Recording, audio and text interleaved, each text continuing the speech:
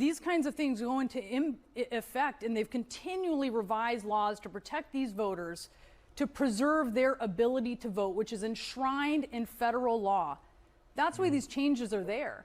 I mean, if they're your voters, you could know. You know, the great thing about Breonna Taylor is she is a military spouse, for those of you who don't know it. Her husband is actually a former Green Beret. She knows what it's like to be a military spouse, and she knows the pain that goes with that, trying to do normal things that you and I as American citizens accept, just voting. And voting is hard. And now we've got this case in Pennsylvania where 6 Republican members of Congress are suing to cause more problems. So we're going to talk about that tonight. We've got a great lineup of guests and folks to talk about it and explain what is going on and why it's so dangerous, and ask the big question: why are Republican members of Congress trying to hurt military and overseas voters? And the answer is obvious when you talk about it, but we'll get to that too. First, I want to talk to our friend Janessa Goldbeck. Janessa is the CEO of the Vet Voice Foundation, and they have filed an amicus brief on behalf of military voters in this case in Pennsylvania. So Janessa is traveling. She's in the Delta Sky Lounge. So there's a little bit of delay, but that's live. So let's go on. Let's talk to Janessa about what is going on and what this is all about. Janessa, welcome. I know you're in. We were joking about that being, international headquarters for the Vet Voice Foundation. It also looks like a Sky Club. I guess my simple question is: we watched a little bit of a clip opening up about, what is going on with this thing. I guess that's my question. What the hell is this all about, Janessa? Can you frame this for us of what is going on, what this case in Pennsylvania really is all about? Sure. Well, what we're seeing is an unprecedented attack on a way of voting for active duty military and their families that has been in use for over 40 years. There was a piece of legislation passed in 1986, signed into law actually by President Reagan, that authorized active duty military and their families and people who are serving overseas to be able to cast a ballot in the state that they're from, where they're registered to vote. And what we've seen in just the last 3 weeks before the election, after ballots have already been sent to these overseas citizens who are eligible to vote, is the Trump campaign and the RNC filing a lawsuit that is intended to cast doubt on the validity of these ballots and the rights of overseas Americans to cast their ballots. So this is incredibly unusual. We've never seen an instance of voter fraud from these ballots in the first place. And it's really, I think, an attempt to disenfranchise people who have a lot of skin in the game, who are serving overseas, serving their country honorably, and have every right to vote as U.S. citizens. And absentee voting came from the military. I often tell the story that it was originated with the Civil War, when our Union soldiers in the front lines were able to vote in 1864. So there's a special place in our hearts for absentee voting for those who serve overseas. And as someone else pointed out in a conversation I had earlier, these are also stateside based people who are not in their home of record. They use this UOCAVA system too, don't they? That's right. I served in the Marine Corps for just under 7 years as a combat engineer officer. I also was a voting assistance officer. That was a collateral billet I held. And I oversaw this process. And the Uniformed and Overseas Citizens Absentee Voting Act, or UOCAVA, as you just mentioned, as you just called it, that is something that allows people who are serving in a variety of capacities overseas, or the families of service members who are stationed overseas, to be able to cast their ballots. And, these are claims that absentee ballots are being sent to military personnel without any citizenship checks or verification. The reality is that teams of people from both parties go through a meticulous list of steps to verify these ballots and check for accuracy. And it's just really concerning, because these type of baseless allegations undermine public trust in our election system. And even worse than that, Fred, they target the very people who have sworn an oath to protect our Constitution. Yeah, and so I understand the case has been filed in Pennsylvania. We're following it, and there was a development this afternoon. There was a hearing, I believe, right? That's right. So earlier this week, the Secretary of State in Pennsylvania filed a motion to dismiss this case on the merits, and there was a hearing held today. There was no decision issued by the judge, but we did hear some sort of concerning arguments made by the lawyers for the Republican members of Congress who are challenging these UOCAVA ballots, including some information about things that are completely, in my opinion, I'm not a lawyer. I haven't seen their. I wasn't physically present in the courtroom. I've just heard from folks who were there. But they're just trying to cast aspersions to isolate these ballots, to ensure that they're not counted before election day, or even relatively soon after election day, in an attempt to invalidate them or to cast a doubt about the integrity of the election writ large. The reality is that every state, including Pennsylvania, has really strict laws that govern voter registration, verification, ballot transmission. And those laws exist in order to ensure that only eligible citizens vote. And the idea that this process lacks oversight is just simply untrue. And it's worked for years. There's been no changes to it. This is truly a new issue they're trying to raise for the first time, and just this year. And it's not the only one. There are challenges in other states, aren't there, Janessa?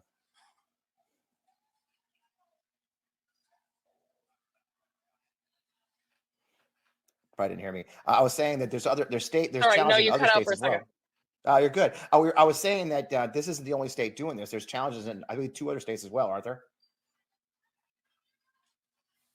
That's right. Yeah. So they've also filed similar challenges in Michigan and North Carolina. This is in addition to hundreds of cases, actually, that the Trump campaign and the RNC have filed that are challenging different types of voters, specifically focusing on vote by mail, and also the voter registration sites in places like VAs. So in Michigan, actually, that Voice Foundation also filed a friend of the court brief in support of the VA being allowed to register voters at VA facilities. That's something that the Trump campaign and the RNC are actually pushing back against, which, again, that Voice Foundation, we are a nonpartisan, nonprofit organization, but we believe that no matter what your party affiliation or your voter registration, you should be allowed to register and vote. That is the right of all American citizens, and it is especially sacred for those of us who have worn a uniform and sworn an oath to the Constitution to protect and defend them. Well, I'm glad you guys are doing it. I know you're busy. You're getting ready to jump in airplanes. I won't keep you much longer, so I appreciate your time. I'm sure we'll be looking for updates as it goes along, but I'm glad the vet voice is in the fight. I mean, do you feel confident you'll prevail? I feel confident that our democracy will prevail, and I'm very hopeful that the justices who are reviewing these cases in Michigan, North Carolina, and Pennsylvania will see them for what they are, reject them, and allow overseas military voters and their families to cast their ballots in this very important election. Well, good. Well, keep up the fight. Safe travels, and we will see you soon. Thanks for having me, Fred. Take care. So, yeah, I love a live life. So this case basically surrounds the idea of trying to delay these ballots. They're casting doubts on the validity of them being actual citizens. One of the weird things that was mentioned in Pennsylvania today in that hearing was a supposed Iranian video of them training Iranians how to use our ballot system to like sign up to be voters. And of course, it's not possible. Okay, the system is designed. So I got the perfect next guest. Congressman Deluzio is from Pennsylvania's 17th district. He is a Navy veteran, Naval Academy grad. I won't hold that against you, sir, as a West Point grad. We've been mixing it up a lot. People are used to, you get very Army shows here, sir. So it's glad to have you. And you, of course, have a voting rights background. You were a voting rights attorney. I thought it'd be great to talk to you. I mean, Breonna Taylor, that very first opening video, asked the congressman, your colleague from Pennsylvania, why are you doing this? And he stumbled, didn't he? He doesn't really have an answer, does he? Well, not one that he wants to be honest about. And remember, he and the rest of my colleagues on the Republican side who brought this lawsuit, they all voted against certifying the election in Pennsylvania. They tried to throw out my vote and the vote of every other Pennsylvanian. And the real answer to that question, why are they doing this? Well, because Donald Trump wants them to, and because they're willing to cast doubt in the election without any basis, and they're willing to attack the voting rights of deployed service members in their quest for power. That's crazy. That ought to be crazy. The patriotic Americans. And I think it is, which is why you see those guys backpedaling anytime they're confronted with those facts. Yeah, my favorite part was he says, well, look, I'm not a voting rights expert and attorney. I'm just a member of Congress, which really seems, I was like, well, you are. What is the crux of their argument, if you will? I mean, what are they trying to say? And you think, what is their goal? Is it to delay these? Is to create doubt so that it takes too long to count the ballots? What's your perspective? I know you've been involved in this. Look, it seems like the goals for those guys could be all of the above that you just listed. Yeah. Look, they don't have a real argument here. This has been the law for a while. They chose to file this lawsuit while folks are already voting, right? In Pennsylvania, both of the counties in my district, people have been voting for some time now because of our mail ballot and absentee ballot processes. So folks are already voting. The election's underway. If they had some good faith argument, they could have done this at any point. That's not what this is about. And remember, they're going after the voting rights of our service members abroad, of their families, of American civilians who are living abroad. And as you heard from the prior guest, there are lots of ways to make sure that people who are eligible are the only ones who are doing this. Anyone who's been downrange, who's been deployed, who's voted overseas understands, if you're doing that, you're probably in some place without Wi-Fi and scanners and all these other things. And these guys seem to be willing to try to erect crazy barriers to block, again, our troops from voting. I shouldn't be surprised. I think some things ought to be beyond the pale in partisan politics. And yet these election deniers and oath breakers seem to have no limit to what they'll do. No, and it came out of, I noticed this heated up when the Democrats put out a number of messages about encouraging overseas Democratic voters, encouraging overseas voters. And then you could see the chain of events. Then there was this ridiculous conspiracy theory, and then there Donald Trump's True Social post, and then here comes your colleagues, election deniers, filing suit in your state. I mean, it is the same issue you've seen already in this completely irresponsible Congress you've been serving in, and I'm sorry you had to, which is where Donald Trump snaps his fingers and the MAGA Congress follows his orders, don't they? Yeah, and look, the fact that you see Democrats competing for the votes of service members abroad tells you something about the lack of character of the last commander-in-chief, or Donald Trump is, and how he's viewed by the folks who served with him, right? The fact that he got nervous, that he senses that service members abroad might be voting for Democrats and he's willing to attack their voting rights, I think tells you all you need to know about the guy. And frankly, that there are people like my colleagues who brought this lawsuit who are willing to do his bidding, willing to go attack the freedoms of the folks we asked to serve and protect us abroad. Yeah, and our research at VoteFats has seen that Donald Trump did lose about 16% or more support within the military and veterans communities between 2016 and 2020, and we're seeing the same trend. It's funny, the MAGA people like to throw in our comments all the time about, oh, look, here's a Pew study that says they're going to win. The fact is, you and I know from 2020 that this election is one of margins, right? We know how deadly close it is. We won't get into why that is. I don't want to even think about it, but it is a matter of margins, and I guess they see advantage in peeling off a couple thousand here and a couple thousand there, don't they? I guess. And I think you probably know the same thing. The folks we served with who are still serving, Democrats, Republicans, whatever, these are patriotic people, right?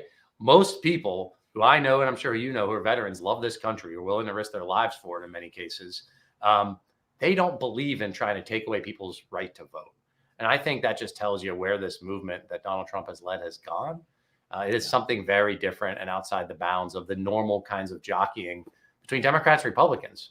It's something very different. I worry about what he's willing to do. And that is the real danger. I mean, of course, you go conspiracy minded, which some are like to do. I've been accused of it myself. Is it just creating the delay in the count? Now, Pennsylvania, I think one of your colleagues may mention later is you guys can't count those absentee ballots the day of the election, can you? That's right. And that has been something that my state counterparts have been hearing from the counties, Democratic controlled counties, Republican controlled counties. Those election officials have wanted the time, like most states give them, to be able to process the ballots ahead of time. But they can't. They're blocked under state law from doing that. And again, it's not a partisan problem, but there's been an action in Harrisburg. And so election officials will really be, they're really stressed in a lot of places. And they can't get that work done ahead of time like lots of states that have heavy rates of mail voting can do. And and it's funny. I talk about it a lot. I'll probably talk about in every interview we do tonight. Is I'm always stunned by the fact that the entire concept of absentee voting came from the Civil War, so that Union soldiers serving the front lines of the war could vote for Abraham Lincoln or vote for the election of 1864, and then to see that attacked, it does undermine what we constantly hear. And I'll let you have that last word on that. Is you guys passed the PACT Act. The Democrats passed the PACT Act. We're putting our money where our mouth is to help our fellow veterans. And again, we see your Republican colleagues undermining that. The idea that they support veterans is always undermined by reality like this act, isn't it? Yeah. And look, one of the first big fights that I and other of my Democratic colleagues took on when I got to the House was to defend the VA and defend veterans care against these big across the board cuts that Republicans were pushing with the debt ceiling last year. That feels like a long time ago. It wasn't that long. I remember. It tells you something when you're willing to go after veterans. And I think this country is a sacred obligation, everyone who served, to care for them, to make sure we protect their freedom. And that's what this is about. Yeah. And that CR they tried to pass, a 6-month, had a $12 billion cut for VA, didn't it? Well, as you know, we held the line to protect our fellow veterans. Yeah, it paid off. Well, how do you see this thing going? Now, you've been involved in the start. Do you believe that the Pennsylvania courts will put this to bed, or what do you think we should? I sure hope so. And I'm sure, many of my colleagues who are veterans on the Democratic side, we sent a letter to Secretary Austin to make sure that he hears from us and that we expect the Department of Defense to follow the law and protect the voting rights of our service members and their families. That's what the law requires. That's what we expect the Pentagon to do. And it was important to hear that message coming from so many of us on the Democratic side after seeing these crazy lawsuits from our Republican counterparts. Yeah. And one thing I always like to point out too, and I think you served overseas in Iraq and stateside, is, I was a Missouri voter for most of my career. I voted from Hawaii. I voted from Korea. I voted from, Georgia in Missouri. So it's not just our deployed troops. And a lot of our troops vote in their home of record, don't they? Yeah. Look, even if you're stationed somewhere stateside, that may not be where you vote, right? You're just there on, during your time on active duty, or maybe you're a mobilized reservist or guardsman or something. Our military service members vote by mail, vote absentee. That is how we make sure they can still have a voice in this democracy of ours. We should do everything we can to protect it, not attack it. Yeah. Yeah. Well, I appreciate your time, sir, and I appreciate putting the fight into this, and good luck in the next 3 weeks. I know you've got a lot on your plate right now. Yeah. Thank you for your time, and we'll keep us posted on how things go. Yes, sir. Good seeing you. Thanks. Yeah, see, that's the thing I wanted to, we try to explain things to you. This law is called the UOCAB, everybody calls it.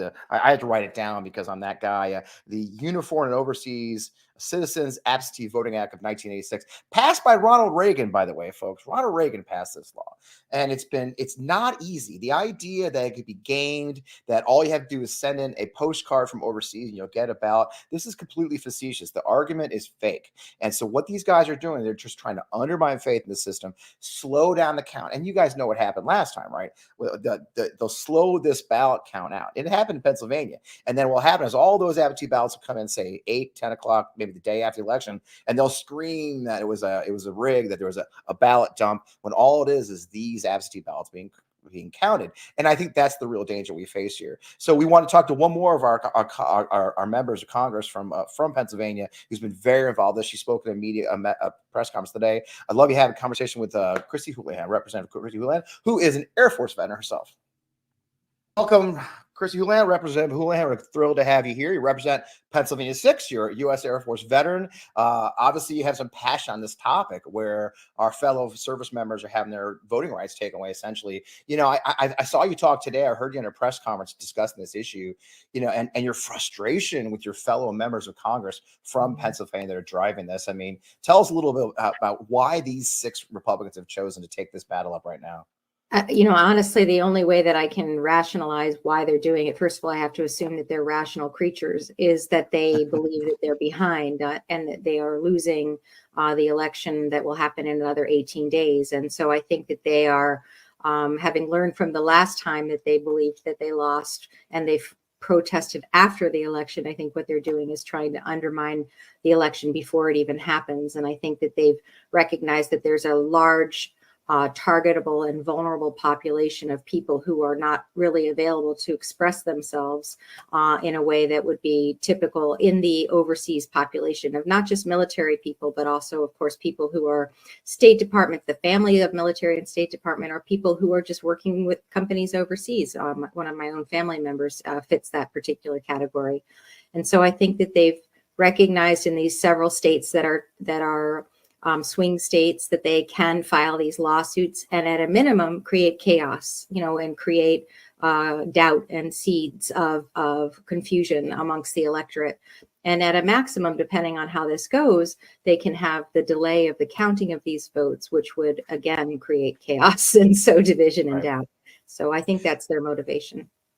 Well, and it seems like a layered attack, doesn't it? I mean, you're an Air Force veteran, you understand different bombs for different targets, and and it does feel like in a lot of these cases, it's a layered attack. As the Democrats are hoping to get more overseas votes, you're right. It just the delay makes them, and then the other part of that attack is, oh well, since it's delayed, we don't want to count those votes. It's I think people get confused, maybe just focusing on one effort, like this effort or this, but this is part of a larger attack on voting rights, isn't it?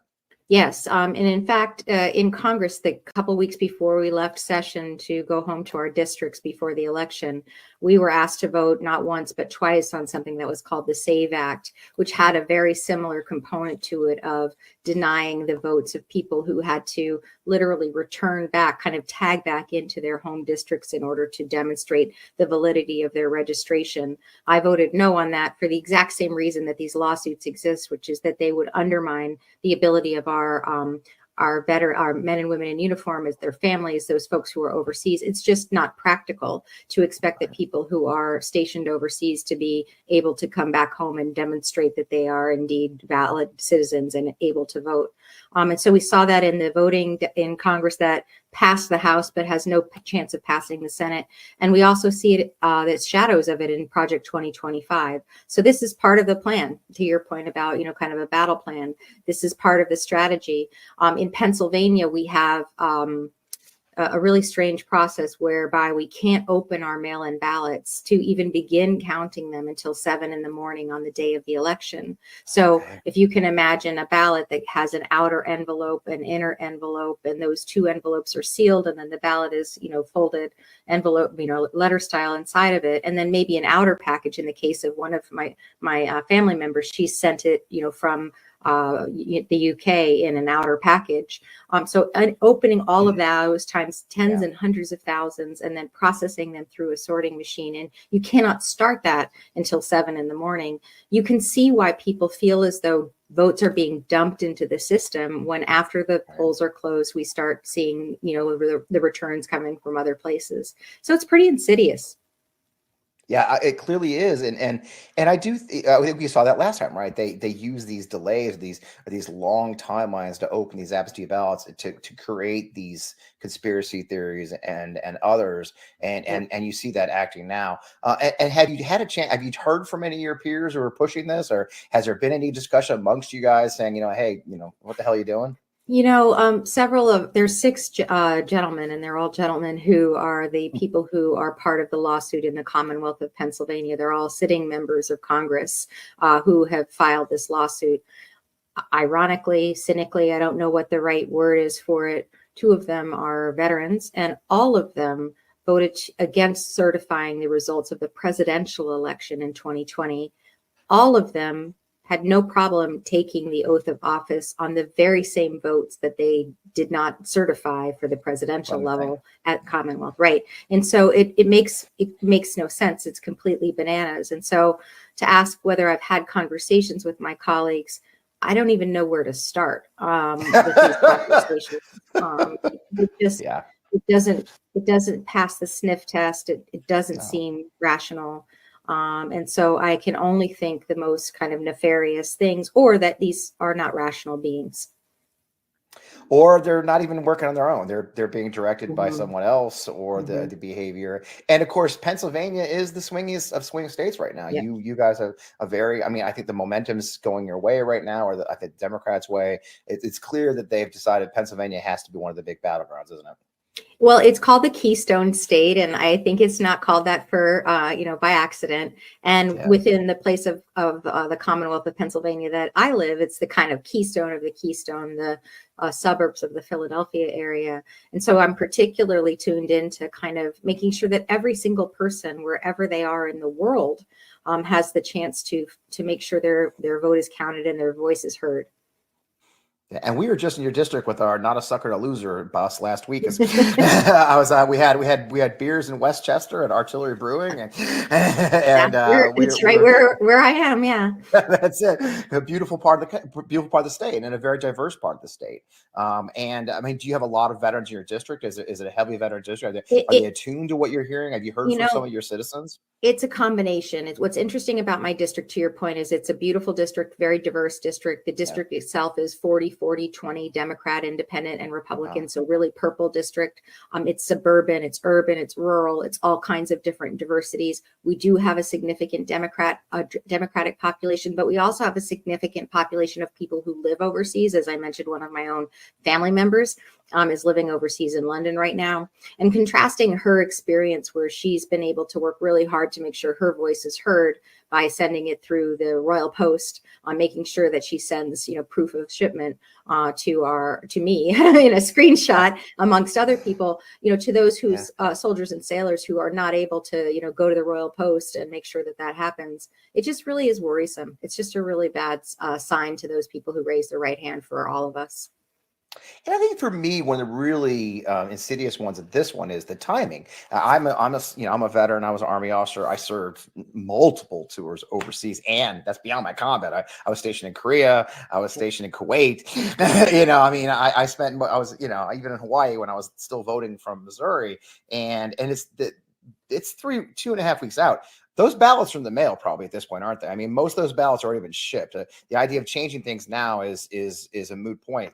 This is does that make it extra insidious in your eyes? It's not coincidental that it was done sort of within the 20 or so day window of this happening. And also, to your point, my folks were my dad was in the military, my grandfather too, and my dad, interestingly, and mom were both sides of the aisle. They canceled each other's votes out, but they were registered in Florida for my dad's entire career, and they weren't in Florida for my dad's entire career. And so they were voting remotely, even when they weren't outside of the United States. And the idea that this is somehow undermining even that process. And to your point about they're in the mail, ballots are in the mail, we have invested in some technologies exactly for this purpose, to make sure that people can get their ballots in a timely way and can validate them in a timely way. In fact, some of those ballots are being emailed and they're being validated in that way, and then they're printed out and then they're filled out and then they're mailed back. And so we have to make sure that we have to realize that technology also is at play here. And we have been already working on making sure for the 40 years that this has been in existence, that people have the right to be able to vote. And it's been universally accepted until, of course, quite recently, when it's not convenient to the party in the majority in the House right now. Oh, that's it right there, isn't it? It has been accepted. The law hasn't changed dramatically. They're making up these excuses to sort of mess with it right now, and they're messing with it within weeks of the election. That election they know was only won in the margins last time, and I probably believe they'll win the margins this time. Having said that, I guess I should ask you before I let you go: how do you feel about that? I mean, are we going to get this stopped? Are you comfortable the courts will step in? How do you see things going? I'm not sure. My understanding is, and I'm not a lawyer. I'm just a veteran and a business person before I joined the Congress. But my understanding is that there's going to be some sort of a hearing or some sort of a passage right now today in Pennsylvania, in the case in Pennsylvania, on this, whether or not it can move forward. And importantly, it's not just Pennsylvania that this is happening. It's happening in North Carolina and Michigan too, with different cases for different reasons, but all with the same purpose. And not by coincidence, these are all swingy states. So I don't really know how this will resolve. There's appropriately multiple layers of the law here. We are a nation of law and order and a nation of laws. But this to me is kind of a beyond the pale, very, very cynical move. And I don't know how it's going to resolve. But I'm very, very hopeful, regardless, for the weight, as far as my voice can carry, to encourage whoever would like to exercise their right to vote, to know that their vote needs to be taken, is safe, and will be taken very seriously and counted. That's what democracy is all about. And we have to have elected leaders like you and others, the judicial branch, and activists like Vote Vets to fight for that battle. So, well, I know you got a lot going on right now, so I'll let you go. Thank you for your time. We appreciate you checking in with us, and keep up the fight, man. We appreciate it. Thank you. Appreciate you as well. Thanks.